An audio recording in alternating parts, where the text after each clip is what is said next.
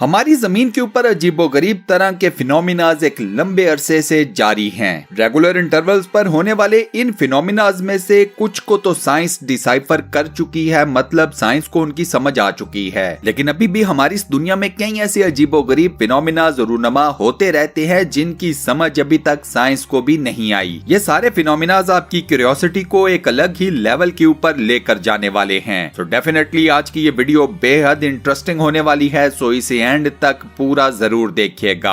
आप सब ने सैलाब का पानी आगे पीछे बहते हुए देखा होगा। अब जो मैं आपको सैलाब दिखाने वाला हूँ उसमें पानी नहीं बहता, बल्कि मिट्टी, पत्थर, चट्टाने और कई दूसरे एलिमेंट्स पानी की तरह बहते हुए नजर आते हैं। इस फिनोमिना का नाम है फ्लैश फ्लड। फ्लैश फ्लड एक आम फ्लड या सैलाब की निस्बत ज्यादा खतरनाक होता है। पानी में आप फिर भी तैर सकते हैं, लेकिन मिट्टी, पत्थर, चट्टानों के बीच में तैरना नामुमकिन है। ये सेकंड वीडियो जो आपके सामने है, इसको देखकर ऐसे लगता है कि जैसे जमीन के अंदर किसी ने पानी भर दिया हो। इस फिनोमिना का नाम है लॉन ब्लिस्टर्स। जमीन पर कुछ जगह ऐसी हैं जहां पर बहुत ज्यादा जब बारिश होती है तो जमीन पानी अब्सॉर्ब कर लेती है। ये पानी ग्रास से नीचे और जमीन से ऊपर की जगह के ऊपर स्टोर होना शुरू हो जाता है। ग्रास की लेयर इतनी ज्यादा डेंस हो जाती है कि पानी उसमें से वापस नहीं निकल पाता। एज अ रिजल्ट ये सारा पोर्शन एक ऐसे गुब्बारे की शक्ल इख्तियार कर लेता है जिसमें पानी भरा हो। अब पानी के ये अजीबोगरीब बबल्स आपको ज्यादातर गोल्फ कोर्सेज के अंदर देखने को मिलते हैं। कई मर्तबा तो ये बबल्स ज्यादा गर्मी होने की वजह से ऑटोमेटिकली खत्म हो जाते हैं, लेकिन ज्यादातर लोग इन बबल्स को पंक्चर करके इनमें मौजूद सारा पानी बाहर निकालते हैं। लोगों के मुताबिक इन बबल्स को पंक्चर करने का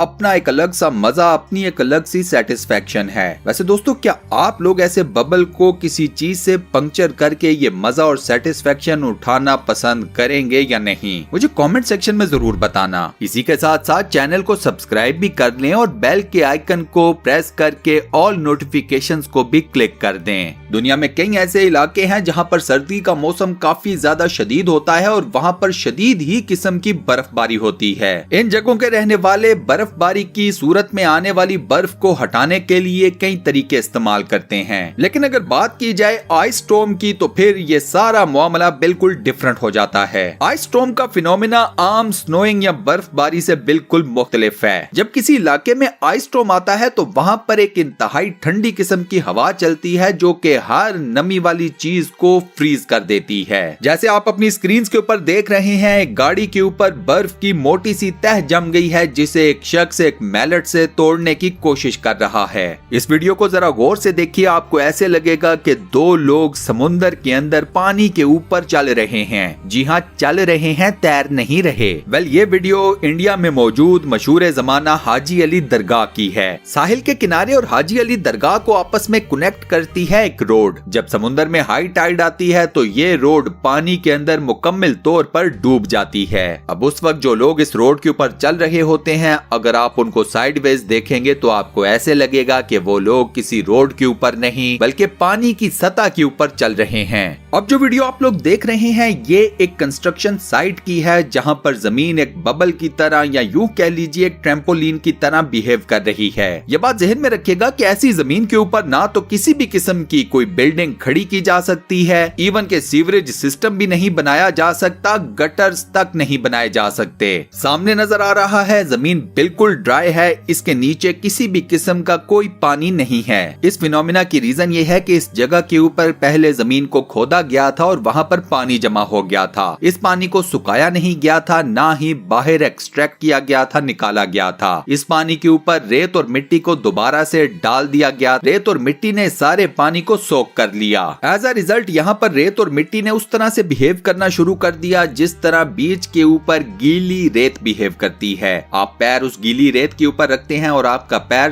धंस जाता है। फिजिक्स कहती है कि जो चीज ऊपर की तरफ जाएगी, ग्रेविटेशनल पुल की वजह से वो नीचे भी जरूर आएगी। अब वो चीज कितनी भारी है, कितनी हल्की, ये मैटर नहीं करता। दो यहाँ पर हमें ये सब कुछ उल्टा होता हुआ नजर आ रहा है। यहाँ पर पानी जमीन पर गिरने की बजाय ऊपर की तरफ उड़ रहा है और इसकी बड़ी सादा सी एक्सप्लेनेशन है कि हवा का प्रेशर। नीचे से ऊपर की तरफ उठने वाली हवा का प्रेशर इतना ज्यादा है कि वो पानी को जमीन की तरफ नहीं गिरने दे रही बल्कि ऊपर की तरफ उछाल रही है। एक और लॉ ऑफ नेचर ये भी है कि एक बहुत बड़े साइज का पत्थर किसी छोटे साइज के पत्थर के ऊपर अपने आप को बैलेंस नहीं रख सकता, बड़े साइज के पत्थर का साइज और मास चूंकि ज्यादा बड़ा होता है, डिफरेंट होता है, लिहाजा जब भी आप किसी बड़े पत्थर को किसी छोटे पत्थर के ऊपर रखने की कोशिश करेंगे, बड़ा पत्थर नीचे गिर जाएगा। लेकिन हमारी इस जमीन के ऊपर कई ऐसी जगह मौजूद हैं जहां पर मदर नेचर ने छोटे छोटे पत्थरों के ऊपर बड़ी बड़ी चट्टानों को, बड़े बड़े पत्थरों को बैलेंस करके रखा हुआ है, वो भी कई हजार सालों से।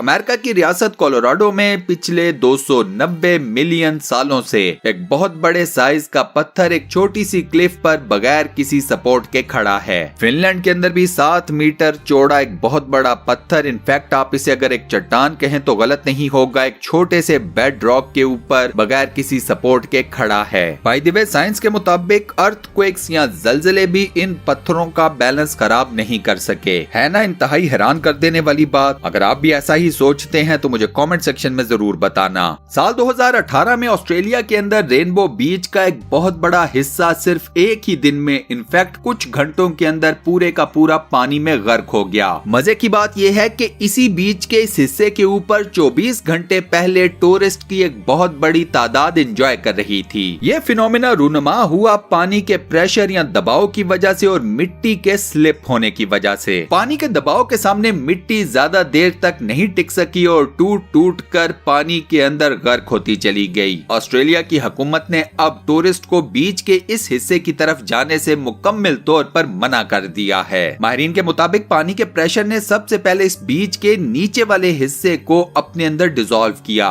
ये बीच सिर्फ ऊपर से दिखने में ऐसे लगता था कि बिल्कुल ठीक ठाक है, ये अंदर से खोखला हो चुका था। अब अगर मैं आपको ये बताऊं कि जैसे मेरे और आपके बाल हैं, इसी तरह के बाल आतिशफिशा या वोल्केनोज के भी होते हैं, तो क्या आप इस बात पर यकीन कर लेंगे? वेल, यकीन कर लें, क्योंकि इस फिनोमिना को पैलेस हेयर कहा जाता है। ये फिनोमिना आपको हवाई, आइसलैंड और नॉर्वे में दिखने को मिलता है। जहाँ कहीं भी वोल्केनोज इरप्ट करते हैं, लावा बाहर को निकलता है, तो लावे की छोटी छोटी बूंदे भी बाहर निकलती हैं। ये बूंदे हवा में आकर ठंडी हो जाती हैं और बालों की सी शेप इख्तियार कर लेती हैं। ये स्ट्रेन्स लाइट वेट होते हैं, लिहाजा हवा इन्हें उड़ाकर अपने साथ ले जाती है। ये स्ट्रेन्स इंतहाई चमकदार होते हैं, बिल्कुल ऐसे जैसे शीशे के बने हों, लेकिन इसी के साथ साथ ये इंतहाई शार्प या तेज धार भी होते हैं। इन स्ट्रेन्स को सिर्फ हाथ में पकड़ने से भी आपका हाथ कट सकता है, लिहाजा जब भी इन स्ट्रेन्स को उठाया जाता है तो इंतहाई स्पेशल किस्म के ग्लव्स पहनकर। साल 2004 में इथोपिया के करीब एक अर्थक्वेक आया। ये अर्थक्वेक इतना ज्यादा इंटेंस था कि इसने उस जगह के ऊपर 20 फुट चौड़ी एक दरार डाल दी। ये दरार इतनी चौड़ी थी कि मानो लगता था कि जमीन को 2 हिस्सों में तकसीम कर दिया गया हो। इस फिनोमिना के पीछे रीजन था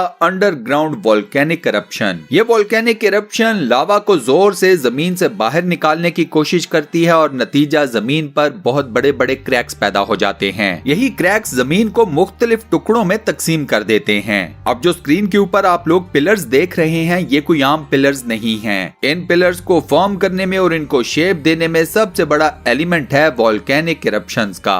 एंशिएंट रोमन्स इन पिलर्स के अंदर आकर रहा करते थे और समटाइम्स छुप भी जाया करते थे। वोल्केनिक इरप्शंस के नतीजे में बनने वाले ये पिलर्स दिखने में इंतहाई मैग्निफिसेंट हैं। लास्ट बट नॉट लीस्ट बात करते हैं क्विकसैंड की, जिसे हम उर्दू या हिंदी में दलदल कहते हैं। ये एक बड़ा मिस्टीरियस और इंतहाई अजीबोगरीब किस्म का फिनोमिना है। दलदल के बारे में कहा जाता है कि ये दुनिया में कहीं भी खुद से बन सकती है। इसके बनने की रिक्वायरमेंट सिर्फ यही है कि उस जगह के ऊपर पानी मौजूद हो। ये किसी नदी में भी बन सकती है, किसी बीच के ऊपर भी, या इवन कीचड़ के अंदर भी। जहाँ कहीं भी जमीन में मिट्टी की परसेंटेज पानी की निस्बत कम हो जाएगी, वहाँ पर दलदल ऑटोमेटिकली बन जाएगी। अब चूंकि दलदल में पानी की परसेंटेज ज्यादा होती है, मिट्टी की कम होती है, तो जब इसके ऊपर वजन पड़ता है तो मिट्टी आगे पीछे डिस्प्लेस होना शुरू हो जाती है और पानी भी उससे अलग होना शुरू हो जाता है। इसी वजह से कोई भी वजन वाली चीज दलदल के अंदर डूबती चली जाती है। अगर आप गलती से किसी दलदल में फंस जाएं तो उसका सबसे बेहतरीन सोल्यूशन ये है कि अपने आप को ज्यादा हरकत मत दें। आप जितना ज्यादा हिलेंगे, दलदल दलदल उतनी ही तेजी से आपको अपने अंदर खींचेगी।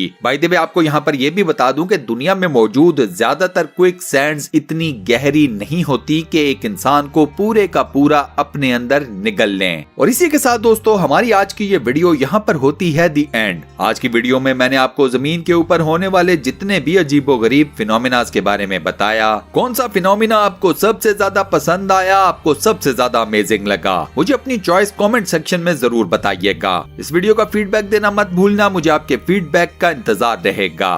फ्यूचर में मजीद ऐसी इंटरेस्टिंग, मिस्टीरियस, अजीबोगरीब, वियर्ड और फैक्ट्स बेस्ड वीडियोस देखने के लिए स्टूडियो वन चैनल को सब्सक्राइब करना मत भूलिएगा। मिलते हैं नेक्स्ट वीडियो में।